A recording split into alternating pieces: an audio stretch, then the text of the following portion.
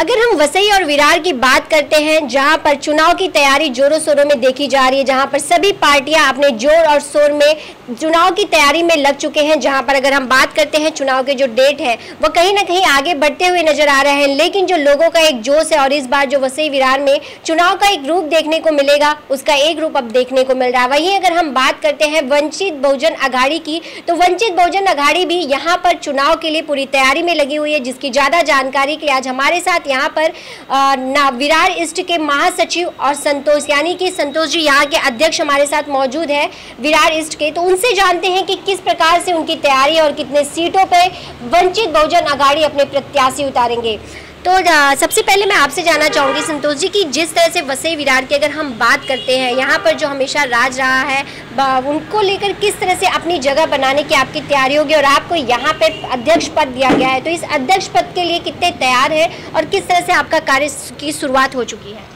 मैं आपको पहले ही बताता हूँ कि आज यहाँ पे पक्ष प्रवेश हुआ है, जो बाबा साहब अम्बेडकर का जो जैसे छत्रपति शिवाजी महाराज ने स्वराज्य के लिए सब जाति के लोगों को एकत्र करके स्वराज्य स्थापन किया, बाबा साहब अम्बेडकर ने सबके लिए जैसा काम किया है, उसी तरह से बाबा साहब अम्बेडकर काम कर रहे हैं। वैसे ही आज यहाँ पे हम लोग ने हम लोग नया नियुक्ति हो गया है, नया नियुक्ति होने के बाद आज हम लोग ने इतर समाज के पक्ष प्रवेश रखा है। इसका मतलब आज बहुत कॉन्टैक्ट आ रहे हैं हम लोग के पास कि हम लोग भी आ रहे वंचित में, वंचित का प्रभाव देख के सब लोग आने को तैयार है। इसके लिए हम लोग जैसे कार्यक्रम लेंगे। आज विरार वसई में हम लोग ने एनआरसी का, रेलवे का और बस उसका आंदोलन करके ये चालू करने किया है, क्योंकि ये सब उन लोग ने वसई विरार के लोगों ने देखा है। तो इस वजह से हम लोग के पास सब लोग आने के लिए तैयार है। वंचित बहुजन अघाड़ी में बाबा साहब अम्बेडकर के नेतृत्व में सब लोग शामिल हो रहे हैं। तो क्या लगता है वंचित बहुजन अघाड़ी यहाँ के 115 सीटों पर चुनाव लड़ेगी, इसकी पूरी तैयारी हो चुकी है आपकी? वो हमारी तो तैयारी हो रही है। अभी तो टाइम है कि 2 महीना बाकी है, तो हम लोग एक को उम्मीदवार तैयार किया है। आज तक तो मोस्टली तो 50 तो हो गए और बनाने का है, लोगों के जैसा आएंगे। अभी धनगर समाज का हम लोग का एक इंटरव्यू लिया है, मतलब प्रवेश किया है, वो भी आज उम्मीदवार करके डिक्लेयर हो गया है।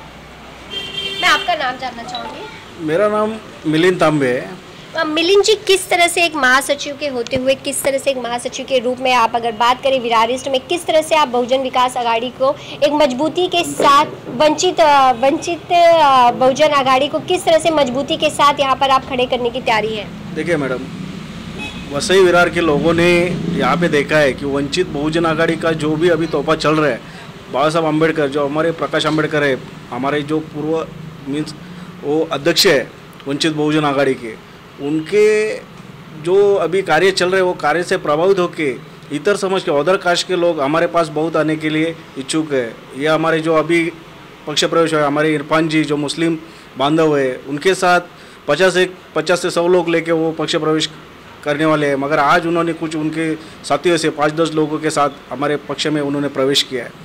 और धनगर समाज के हमारे जो गणेश वंडगर है साहब, उन्होंने भी पक्ष प्रवेश किया है। उनके साथ और एक घोगे करके आए साहब, उन्होंने भी पक्ष प्रवेश किया है।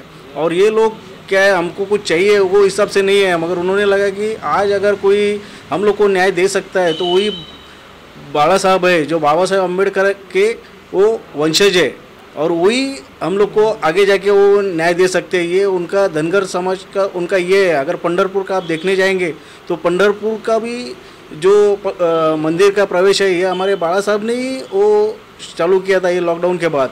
तो इसलिए जो भी लोग हैं अभी वो खुद सामने से ही आ रहे हैं कि हम लोग को बाबा साहब के साथ काम करना है, हम लोग को कोई आपका पद नहीं चाहिए, हम लोग को कोई ये नहीं चाहिए।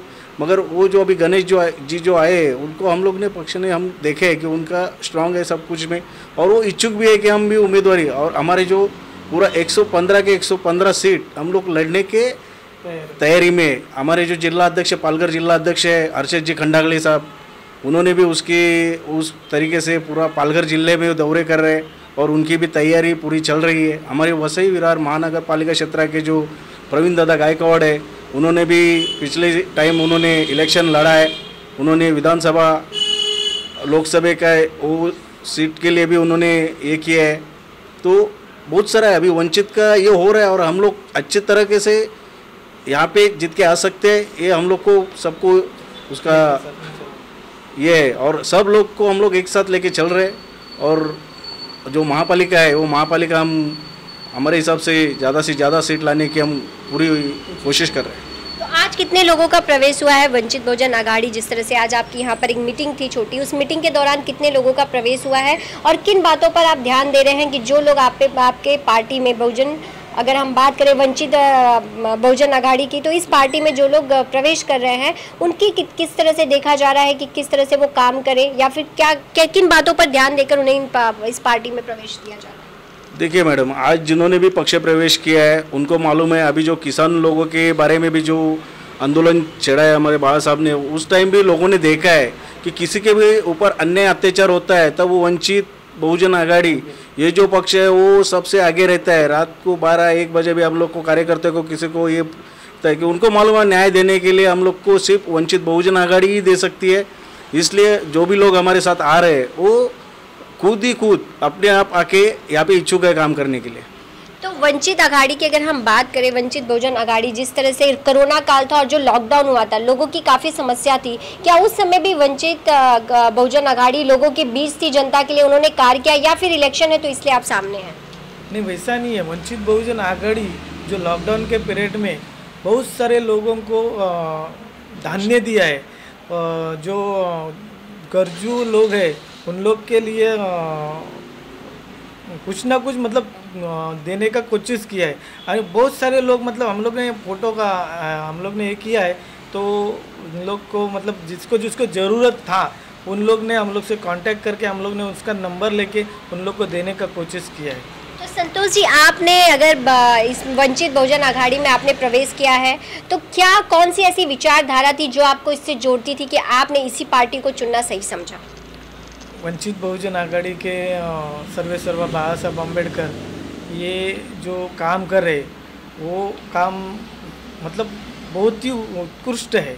वो देख के, क्योंकि वो समाज के नहीं, अपने ही समाज के नहीं, इतर समाज के जो वंचित घटक है उनके लिए बहुत काम आगे कर रहे हैं। इसके लिए वो देख के ही हम लोग ने वंचित बहुजन आघाड़ी में प्रवेश किया। यहाँ के विकास की बात करूँ तो आपने कितना विकास देखा है? क्या लगता है यहाँ पर भी बहुत विकास करना बाकी है?